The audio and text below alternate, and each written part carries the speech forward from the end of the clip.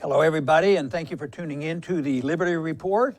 With me today is Daniel McAdams, the co-host. And Daniel, good to see you. Good morning, Dr. Paul. Daniel, today we're going to be talking about General Mattis and his choice by the President-elect to be Secretary of Defense.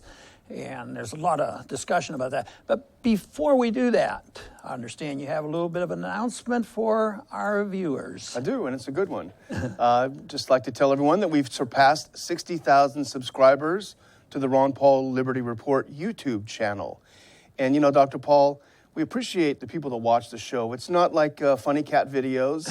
It takes a little bit of effort to sit down and listen to some of these heavy things every day. I know that you put a lot of work into it, and I do, and I just really appreciate the people that take the time to watch us. It looks like you're saying we have a quality audience out there. We have a quality audience, and I hope that everyone will tell your friends and your enemies especially to subscribe to our YouTube channel and watch more of our shows. Yeah, we just need those attacks every once in a while to get on headline news. Motivated, that's right.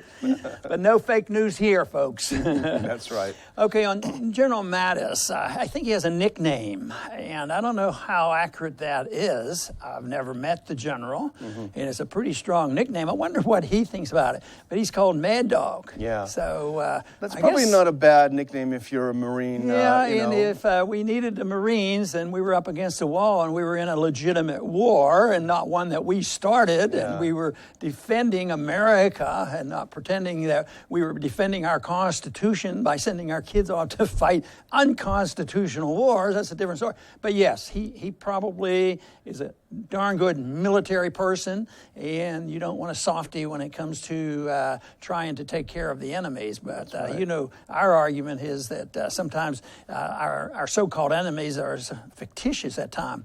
But I think that this controversy looks like it's building steam.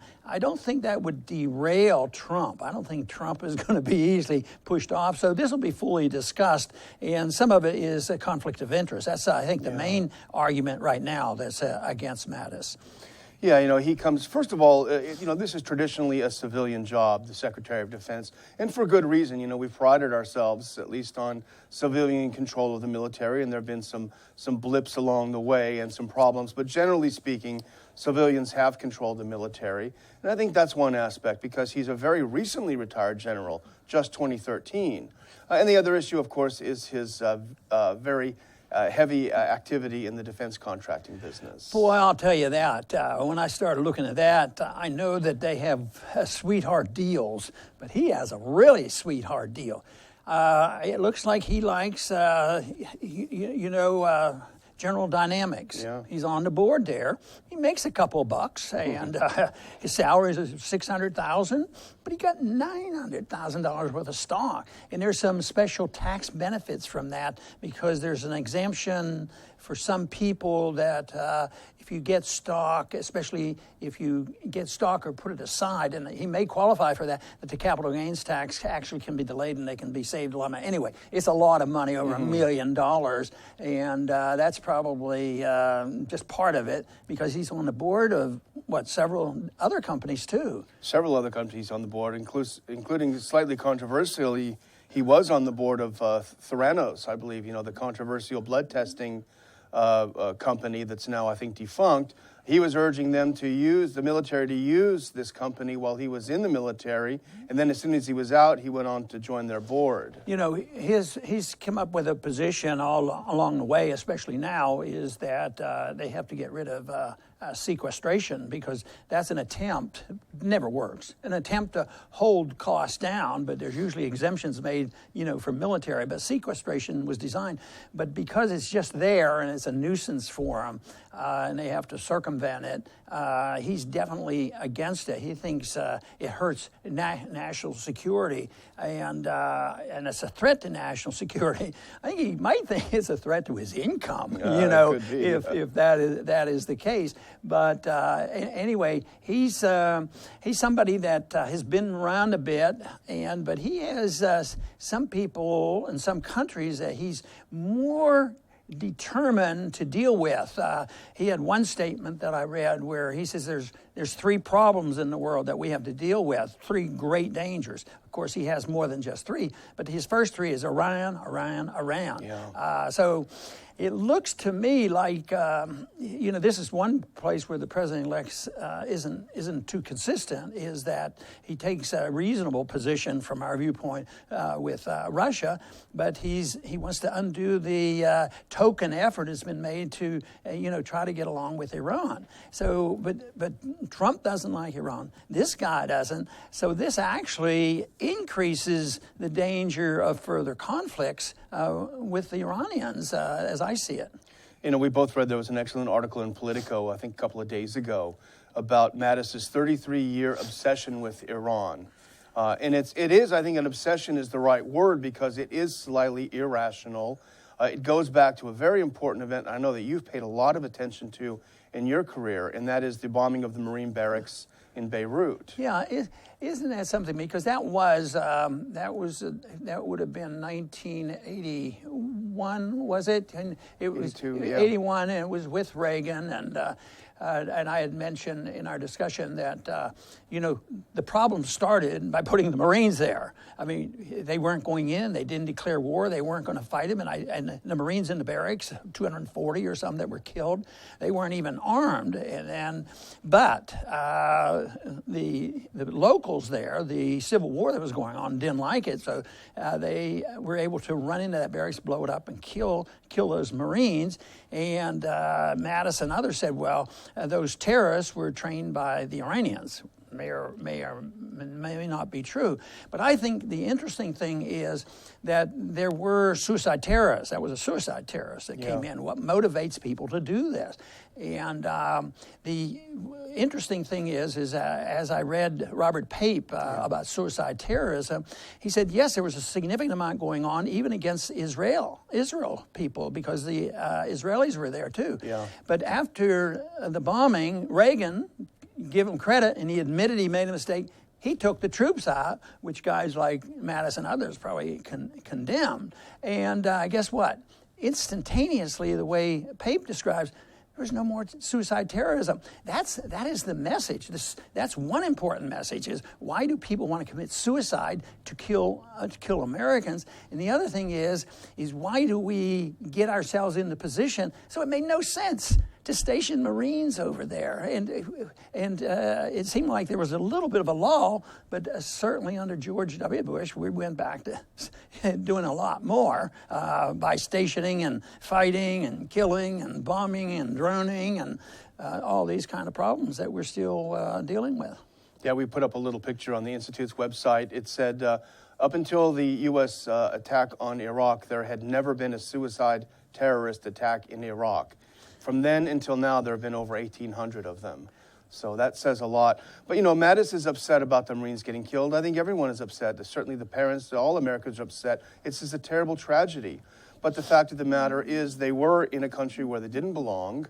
And the people who actually lived there didn't want them there. It doesn't justify killing them, but you can understand they, just as we wouldn't want it. So why wouldn't Mattis be, rather than being so angry at the Iranians for all these years, why wouldn't he be angry at the useless military leadership and the president himself for putting them there? And why couldn't they come to the conclusion of saying, instead of attacking individuals like ourselves who are arguing a different foreign policy as weaklings and causing the trouble, you won't send enough troops in, that none of these people would die? Yeah. I don't think we'd have lost an American military person if we had a non-interventionist foreign policy in the last 16 years. Even, ever since we went into Afghanistan and Iraq and now Syria, and Libya and all of these places, that the alternative, and would we have been less secure and less safe? No. We would have been about $10 trillion richer, and we wouldn't have thousands of veterans trying to get medical care. But on the short run, they look to, a military who's powerful and people are attracted to it. There is a sort of, they make idols out of them. In a way, people say, I'm a hero. I was drafted and I did my duty and I was in for 5 years during the 1960s. But what would make me a hero? I think Muhammad Ali was a bigger hero in the 1960s than I was. I tried to do my job right, and one of the reasons I was in medicine was because I sensed as a young person that I don't want to be in that kind of fighting, but I didn't decide that I was going to be a protester. But it's to me just such a shame that people can't see how many advantages there would be with non-intervention. And of course, all the brush fires of blowback that we lit over the years, attacking people. But on Iran, Mattis almost seems unhinged. Here are a couple of quotes that he has. I consider ISIS nothing more than an excuse for Iran to continue its mischief. He also said, Iran is not an enemy of ISIS. He reminds us of the idea that Saddam was behind 9/11, those unhinged neocons that said that. This is objectively false, what he's saying about Iran, whether you like him or not. They are fighting with the U.S. in Mosul against ISIS. They are fighting with the Russians against ISIS. In Raqqa, they were involved. They're involved in Aleppo. They're actively involved in fighting ISIS. And so his information is just wrong. But the problem with his reputation, as attractive as it is in a Marine to be that tough, but what if you're the guy that has to go to him and say, Mr. Secretary, I'm afraid you're wrong about Iran, and here's why. Right. No, and now it would be difficult for him and the whole situation. But, he did get fired by Obama. Yeah. And I understand what was going on there. It was sort of an argument over policy, and he was outspoken. And it had to do with a World War II type of weapon, the building of an aircraft carrier. He wanted 3 aircraft carriers in the Persian Gulf. I happen to think we should have 0 because they're so old-fashioned in this age of missiles floating around the world. And that's why he got relieved on that, because there was a big fight over there, and he got nasty with one, and he finally got his notice, and he had to leave. But that was a big deal. And since then, of course, I guess he retired shortly after that and got a better job. He got to say, well, I'm protecting American security and I'm going to sell them a lot of weapons. Oh, I'll make a couple dollars on the side, but that's no big deal. We won't think about that thing that Eisenhower warned us about, how that could be a danger. And this comes back to how we started. That there were some concerns with Ashton Carter, who had come directly from the military-industrial complex and moved into heading the Pentagon. And although you can't put all of the blame on Carter, the Obama administration exported more weapons than any administration since World War II. So clearly the conveyor belt is on high speed, sending these weapons out. From 2009 to 2013, $169 billion in overseas arms sales. You're talking a ton of money. And then you're also talking about the issue of the revolving door between the military top brass and the military-industrial complex, and how that affects policy. And it's nothing new. It's been going on for a long time. And sometimes we might insinuate that they're looking for a war. Quite frankly, I don't think they start off by doing that. They want conflict and arguments and contentions, and we'll put weapons up here, and then the wars break out maybe. Sometimes I think they motivate that too, but I think their main job is to subsidize the military-industrial complex. And our former vice president was pretty good at this. Dick Cheney, he worked for a little company called Halliburton, who continues to do well, with government contracts. And I found it interesting that Halliburton made $40 billion off the Iraq War. Wow. I mean, that's a handy sum. But when, of course, Cheney had been the Secretary of Defense, and then before he became Secretary of Defense, when he left Halliburton, he was an insider, obviously, then, that he got paid by Halliburton as a bonus, a departure bonus of $34 million. I wonder if the taxpayers had anything to do with paying that. So it is so terrible. And even when this is called to attention, then we see some of this stuff. To me, it just doesn't look like it's getting cleaned up. I mean, it's so ingrained, and the players may change a little bit. The companies may change. Remember the argument up there over Colombia? It was over an argument over which helicopters they'd send to fight that war, the war that lasted 10 years.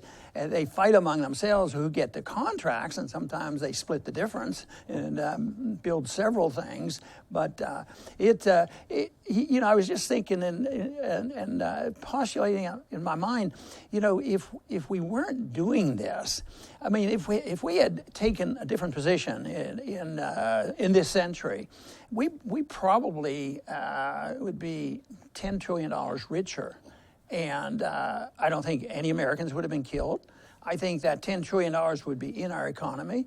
Maybe we would have better jobs. Maybe we could afford to pay people more and have lower taxes where our companies aren't motivated to go away. But no, the solution is we have to spend more money on the military. And then you wonder, how much does that go to defense? And, my little pet peeve on this is I don't ever want to call this defense spending. It has so little to do with defense. This is militarism. Yeah. And, I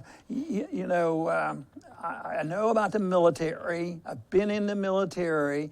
And I had responsibility for picking people to go to our academies. I tried to do my best on that.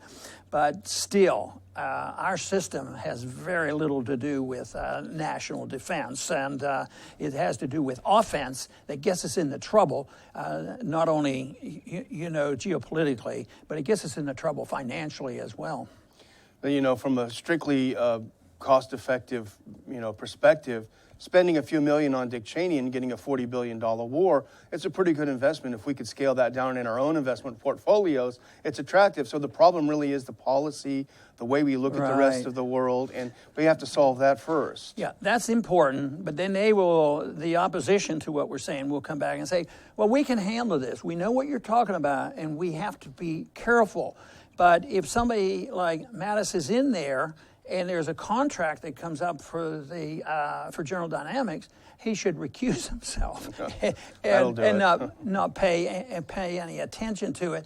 So, and then they say also, in order to clean up this mess, the new administrations will have ethics contracts to sign. We're going to follow the ethics. I thought, that ought to do a lot of good. And then, of course, people will say that people going in, they'll take his stock, his $900,000 worth of stock, and put it in the trust, a blind trust. Yeah. So that hardly is going to compensate for the point that you make. It's the policy that counts. I would say the three things that we have to deal with when it comes to this issue is policy. Yeah, exactly. But I do want to end on a positive note. So I'll say one nice thing about Mattis, and that is that apparently he met with Trump, and he talked to Trump in a very straightforward manner about torture. And after that meeting, Trump came out and said, I've changed my position on torture. So there's one little bright piece of hope in there. I'll add another one. We're worried a little bit about what's going on here and the relationship with Iran in particular. But I think definitely the attitude toward nation building may be shifting after all the tragic mistakes, and even the Nobel Peace Prize winner couldn't solve these problems. He sold more weapons than the rest. But no, I think that is a positive too. So let's keep our fingers crossed. Exactly. Very good. And I want to thank our viewers today for tuning into this report, and I hope you return soon to the Ron Paul Liberty Report.